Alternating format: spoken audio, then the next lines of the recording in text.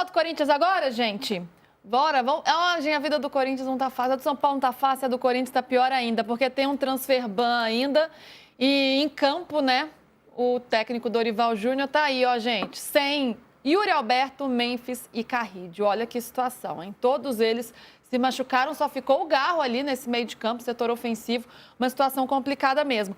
E onde você assiste Corinthians e Bahia neste fim de semana? Amanhã, às 9h, jogo da balada, então, na Neoquímica Arena.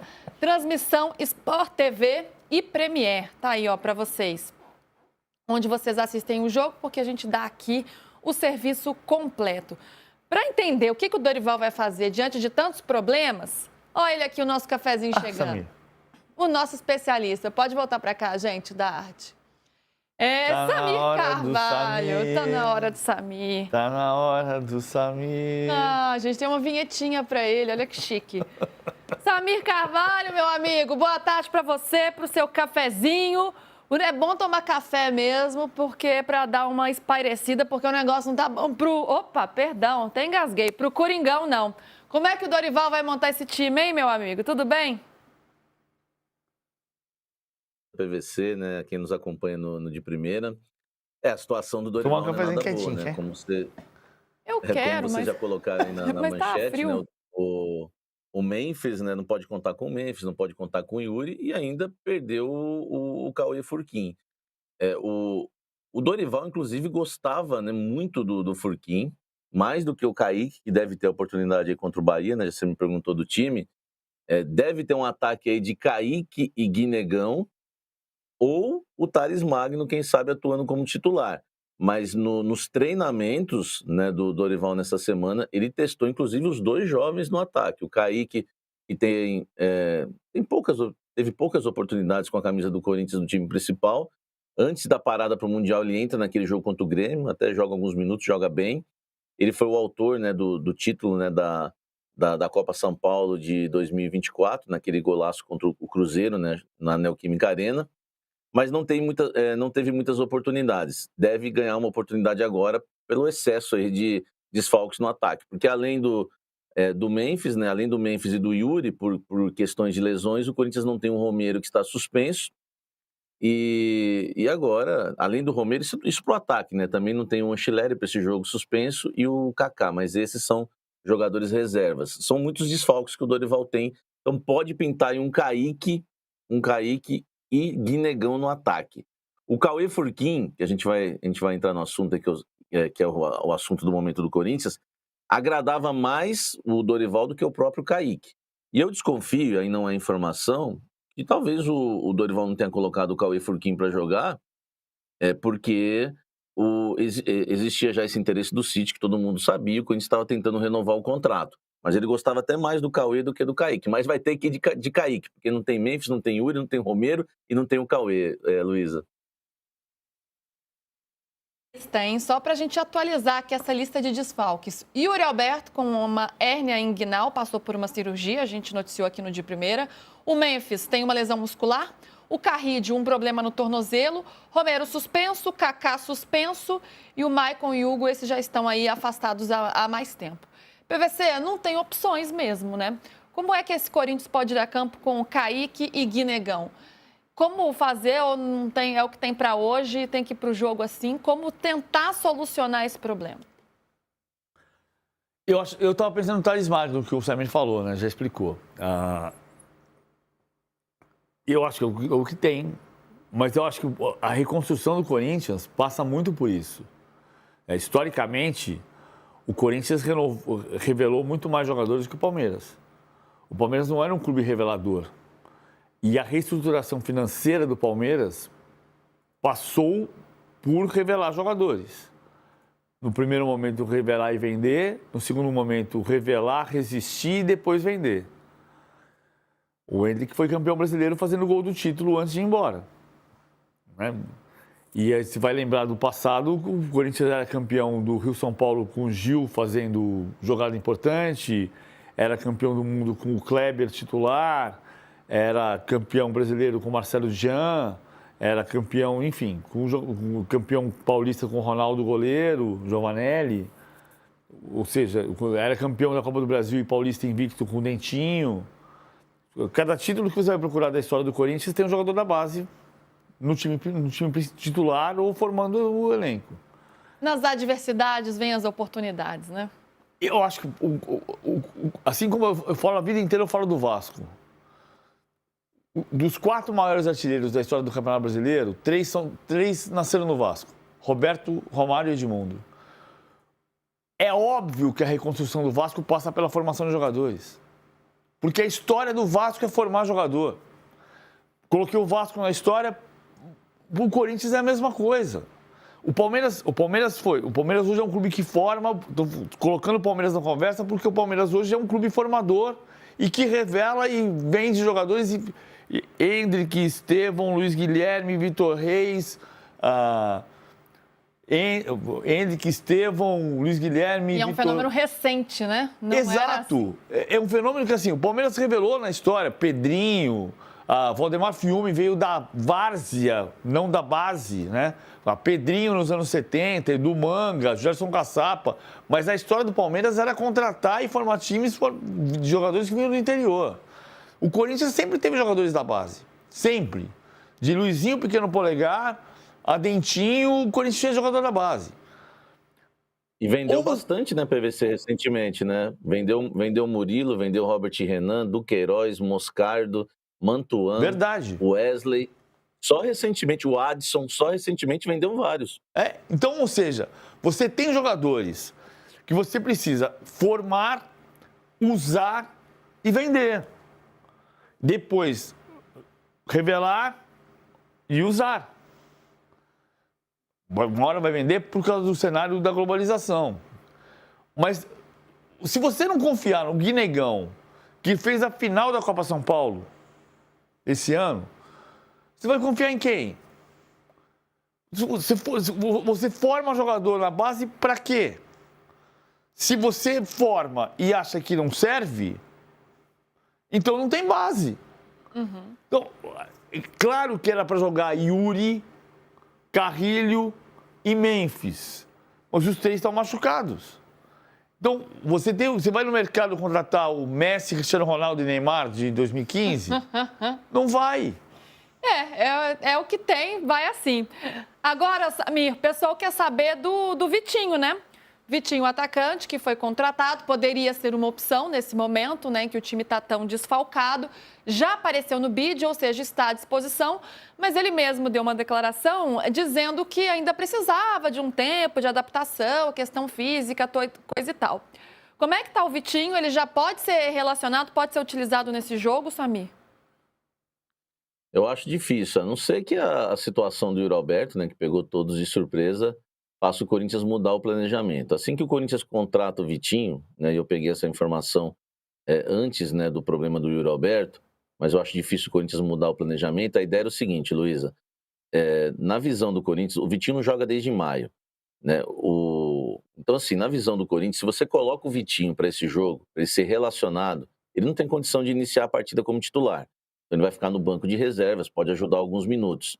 Você não vai ter o jogador 100%, esquece. Nesse jogo, não tem como. Na visão do Corinthians, se você relaciona ele para esse jogo, você perde 3 dias de treinamento, né? O de sábado, enfim, porque no domingo ele teria que recuperar, e aí você vai tardar ainda mais a estreia do Vitinho com a camisa do Corinthians. Ou ele não entraria em forma nunca, né? Eu vi até isso. Então o Corinthians está priorizando, né, a estreia do Vitinho para o jogo contra o Vasco, né? Não esse final de semana, no próximo, quando a gente joga contra o Vasco, só no outro domingo. Então, a ideia inicial é essa. A não sei se pintou um desespero hoje e o Corinthians vai relacionar o Vitinho, mas eles entendiam que perderia 3 dias de treinamento nesse período aí que o jogador precisa entrar em forma. Agora, um assunto que a gente falou ontem aqui no De Primeira é que tá dando o que falar, tá rolando até uma treta aí entre Corinthians e Bahia, que envolve o jovem jogador, o Cauê Furquim, né? Um jogador de 16 anos da base do Corinthians, e que o Bahia foi lá e contratou o jogador, pagou a multa rescisória no valor de 14 milhões de reais para contratar o jogador. Corinthians ficou pistola da vida, acha que foi um tipo de aliciamento, de assédio, e essa matéria que a gente está vendo aí do Samir Carvalho, que está no All Sport. Então, segundo o Corinthians, o Bahia infringiu a regra nacional de transferências da CBF, que é uma regra internacional da FIFA, né, e Lei Geral do Esporte. O clube já reuniu as provas, então está muito bravo e espera ter medidas aí. Ô, Samir, como é que está essa história? O Corinthians, né, vindo aí, se posicionando de uma forma firme contra o Bahia, acusando o Bahia de aliciamento por este atleta. O que o Corinthians alega e quais são os próximos passos? O que pode acontecer a partir de agora?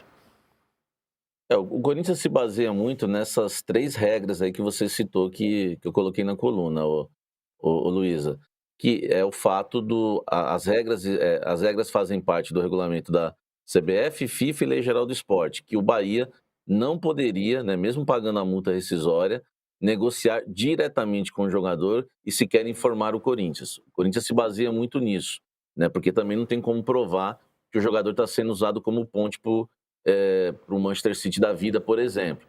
Então, o Corinthians se baseia mais nessa questão, né, do Bahia ter ido diretamente no jogador, né, acusando o Bahia de aliciamento e não passando pelo clube, tá? Então, esse é o primeiro ponto. O Corinthians, né, já está entrando em contato com os órgãos competentes para tentar reverter essa situação do Cauê Furquim.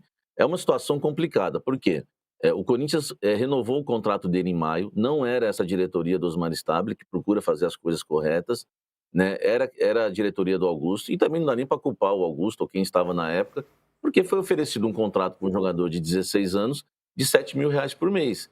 E aí tem aquela regra de 2.000 vezes, né, o valor do salário para você fazer um contrato, e o Bahia levou por R$14 milhões na multa nacional.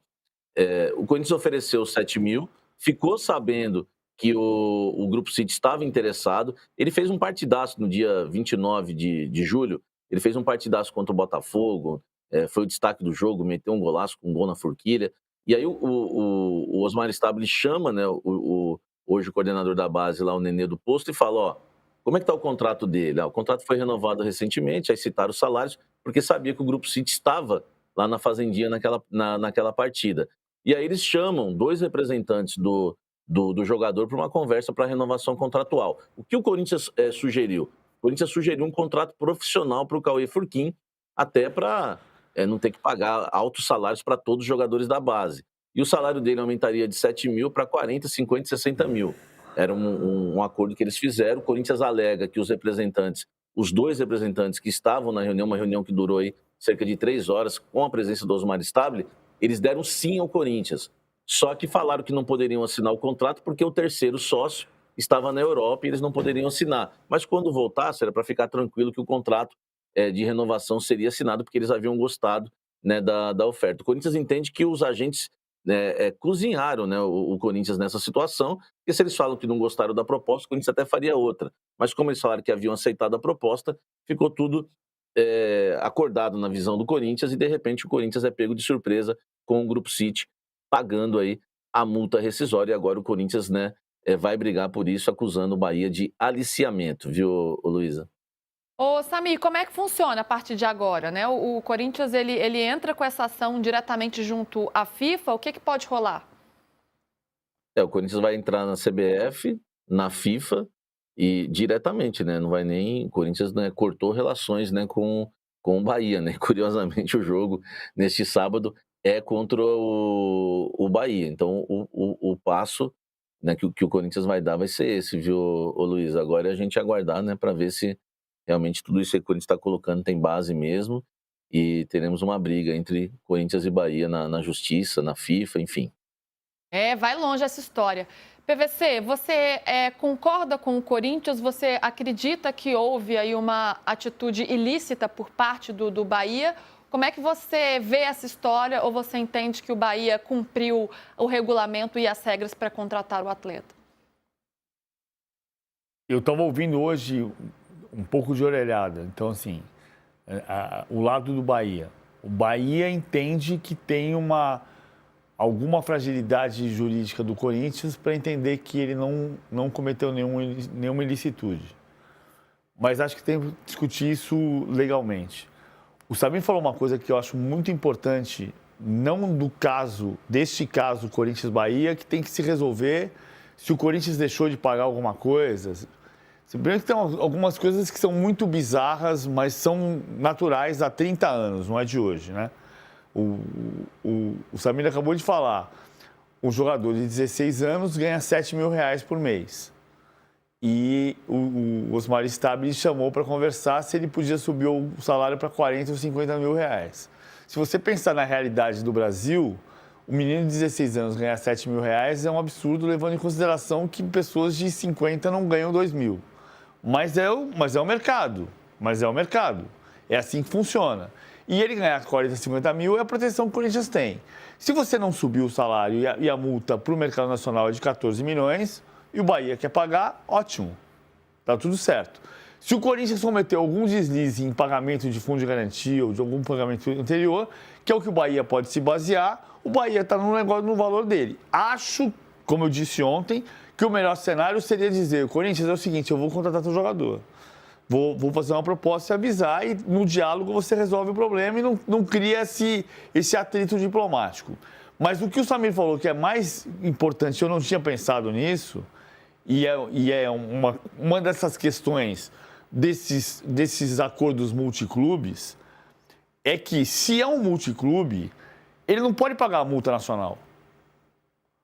Ou seja, o Bahia tem que ter a FIFA tem que ter uma atenção para isso, porque se a multa para o Bahia contratar um jogador do Corinthians é de 14 milhões, mas para o Paris Saint-Germain contratar o jogador é de 140 milhões, o Grupo City tem que pagar 140 milhões e não 14. Entendeu? Essa é uma sutileza da legislação que tem que ser atacada rapidamente. E são questões que vão surgir cada vez em número maior nesses novos modelos de negócio que a gente tem no futebol. Se você está discutindo que o jogador mais caro da história do Botafogo é um jogador vendido pelo Nottingham Forest para o Botafogo por um acordo paralelo entre John Textor e Evangelos Marinakis, como é que você não vai perceber que tem acontecido uma série de motivações? Nos anos 90 tinha outro tipo de coisa, tinha Parmalat, né? O Alex saía do Palmeiras para o Parma e não jogava no Parma, ia para outro lugar e o dinheiro ia para algum lugar, ok. Também tinha, mas tem um refinamento disso, que é o acordo multiclube. O Bahia é um clube do Grupo City. Para o Grupo City, não pode ser 14 milhões. Porque não é uma negociação de clube do Brasil para clube do Brasil. É de um clube do Brasil para um grupo multinacional. São especificidades, né, do novo mundo, do novo futebol. Samir, complicado, né? A gente vai acompanhando toda essa história. Vou me despedir de você e o que mais você tiver aí para complementar para a gente. Não, para complementar o Gui Amorim. O Gui Amorim é o destaque do Sub-17. Aliás, dizem que o City foi ver o Gui Amorim e gostou também do Cauê Furquim. O Gui Amorim tem 17 anos, é do Sub-17, ele tem 30 jogos esse ano, tem 15 gols e 10 assistências, só para a gente ver os números do jogador. Ele também interessa ao Bahia, ao Grupo City. O que o Corinthians fez? O Corinthians correu ontem atrás para falar com o pai, porque o que pega ainda para o Corinthians, no caso do Gui Amorim, é que ele é representado, né, pela mesma empresa do Cauê Furquim. Então não tem mais clima para negociar com os dois agentes lá que falaram que estava tudo certo. Então o Corinthians procurou o pai do Gui Amorim. Inicialmente, o que me passaram de dentro do Corinthians é que o pai ficou assustado com a repercussão ontem, porque muita gente começou a falar que o Gui Amorim já estava seguindo o mesmo caminho do Cauê Furquim, também ia para o Bahia, e o Corinthians já falou que pretende estender o contrato do jogador e dar um aumento considerável para ele, e vai usar a estratégia que tinha utilizado com o Cauê Furquim, que é dar um contrato para ele lá no profissional para poder aumentar esse valor. E o pai falou que a intenção é permanecer no Corinthians e está agendada uma reunião, né, com Osmar Stabile e companhia na próxima semana, para que o Corinthians não perca mais um jogador para o Bahia, mais um jogador. E esse é considerado a principal revelação da base hoje do Corinthians, viu, Luísa?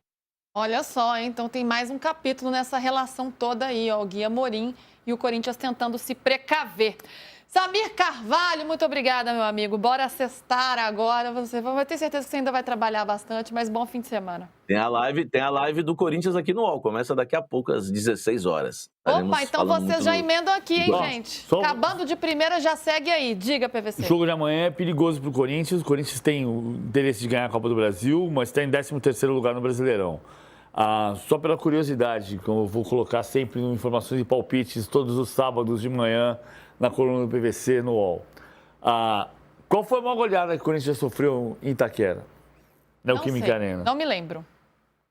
Foi aquela do Mano Menezes, do Bahia? PVC, Foi Bahia em 2023 e foi 5-0? 5-1. 5-1. Foi a última rodada?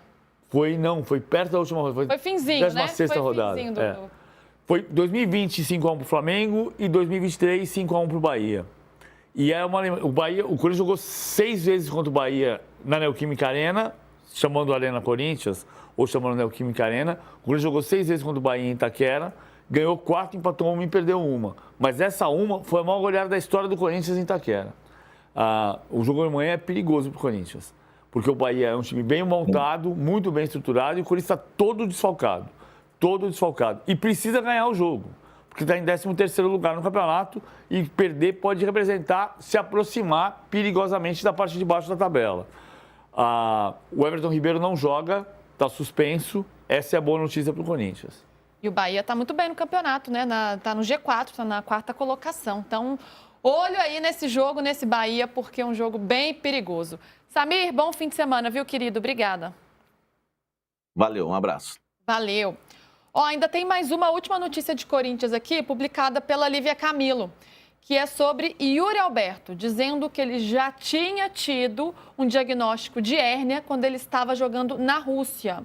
Lívia Camilo traz essa matéria aí, ele teve esse problema agora que a gente já falou de hérnia inguinal, passou por uma cirurgia, mas ele já atuou com dores, estava atuando com dores por 2 semanas. E esse problema acompanha um atleta há muito mais tempo, desde a passagem pelo Zenit da Rússia em 2022. E aí, como o jogador tinha retornado há pouco tempo de outra lesão, uma fratura na coluna, o pessoal entendeu ali do departamento médico que as queixas eram consideradas até naturais, porque a falta de ritmo pode gerar dores ali na região, na virilha, do pubis e tal. E a Lívia entrevistou um médico, que é chefe do departamento médico do clube, o doutor André Jorge, e ele revelou que não havia um diagnóstico fechado até a piora do quadro do jogador após o jogo contra o Juventude. E que ele tinha, ainda revelou que ele tinha esse histórico aí de hérnia desde quando ele jogava na Rússia. Então, essa matéria aí tá no UOL Esporte para vocês acompanharem por lá.